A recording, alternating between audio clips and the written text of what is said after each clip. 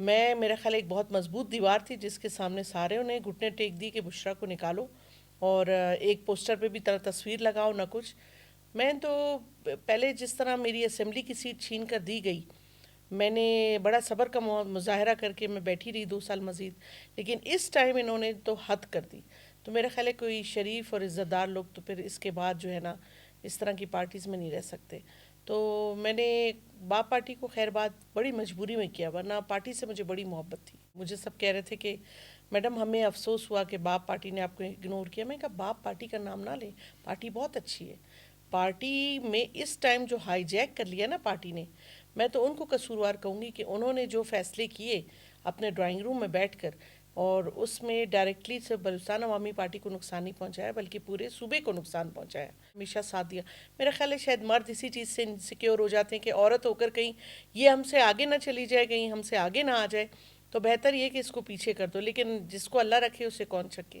تو عزت بنانا آج کل کے دور میں مشکل ہے، پیسہ بنانا آسان ہے۔ باپ پارٹی کے لیے میری دعائیں، لیکن اس کے اندر جو ہائی جیک کیے ہوئے ان کے لیے دعائیں نہیں ہیں، باپ پارٹی کے لیے دعائیں ہیں۔ وہ اس سے میرا بہت محبت جڑی ہوئی ہے اس پارٹی سے، لیکن میں کہتی ہوں سیاست کی کوئی بھی پارٹی ہو، چاہے وہ ہماری یہاں کی نیشنل لیول پہ ہو، صوبائی لیول پہ ہو، جب تک آپ ڈیووٹیڈ نہیں ہیں اپنی ٹاسک سے، اپنی پارٹی سے کمیٹڈ نہیں ہیں، کام نہیں کریں گے، تو پھر وہ پارٹیاں ختم ہو جاتی ہیں۔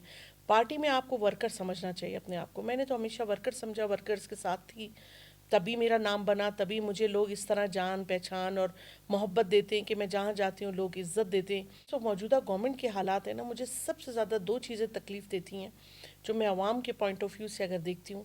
ایک تو یہ کہ حالات، سیکیورٹی جو حالات ہیں وہ عوام کے لیے بہت مشکلات کا سامنا ہے، چاہے روڈ بلاک ہو، چاہے راستے ہوں، چاہے شہر میں کہیں آپ نکلیں کہیں بوم بلاسٹ ہو جائے گا، کہیں کسی وقت ٹارگٹ کلنگ ہو جائے گی یا کچھ، یہ چیزیں جو ہے نا یہ سب سے آپ کی نمبر 1 پہ ہونا چاہیے کہ عوام کو امن اور امن کا گہوارہ بنانے کی ضرورت ہے۔ اور نمبر 2 کہ ہماری جنریشن جتنی بھی یوتھ ہے، جنریشن ہے، ان کو روزگار فراہم کرنا۔ دیکھیں میں کہتی ہوں جو ہمارے ناراض ہو کے بچے اگر جا رہے ہیں، ہم سے بھٹک رہے ہیں، ادھر ادھر جا رہے ہیں، تو ہماری جو سوری ٹو سے سی ایم ہو یا وزیر اعظم ہو، ان کو ماں اور باپ دونوں کا کردار ادا کرنا ہوگا، تب جا کے حالات آپ کے کنٹرول میں آ جائیں گے انشاءاللہ۔ عوام کو کیا چاہیے؟ ریلیف سب سے پہلے۔ امن نہیں ہوگا، ان کے بچے اسکول سیف نہیں جا سکتے، کس کو پتہ کہ واپسی پہ اس طرف کہیں بوم بلاسٹ ہو جائے، کہیں فائرنگ ہو جائے، کہیں ٹارگٹ کلنگ ہو جائے۔ یہ چیزیں جو ہے نا سب پہلے ہمارے دور میں سب سے کم واقعات ہوئے۔